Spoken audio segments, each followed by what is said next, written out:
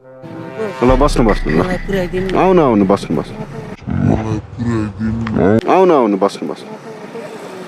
पैसा छैन होइन बस्नु बस्नु केही भएन तपाईँलाई म पुऱ्याइदिन्छु नि खाना पुऱ्याउनु हिँड्नु भयो अरे हस्पिटलमा कसलाई ए ठिकै छ केही भएन हजुर हजुर ए अनि ठ्याक्कै यही मान्छेले लिफ्ट दिन्छ भन्ने चाहिँ कसरी थाहा पाउनु भयो म पनि उतै जानु लाग्थेँ मलाई खासै फरक पर्थेन म त दिइरहेको हुन्छु लिफ्ट भगवानले बाटो देखाइदिनु भएको है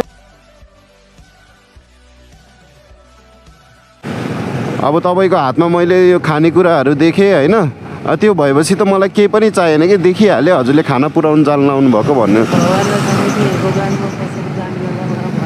हजुर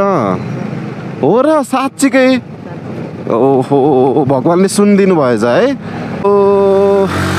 डेस्टिनेसन आयो रिजनल हस्पिटल ए हुन्छ हुन्छ म हजुर हुन्छ ए हुन्छ त्यो त अवश्य म हजुरको राख्छु नि नम्बर भन्नु होला 10 भएको ल मेरो ओ हेलो केटाहरू के छ त्यस्तो नभनौँ न यार केटाहरू के भयो आइस भाइ मेरो साइरस भनेर छ ओ केटाहरूलाई कस्तो कोइन्सिडेन्टली भेटेको यार ठिक छ नि अल गुड हो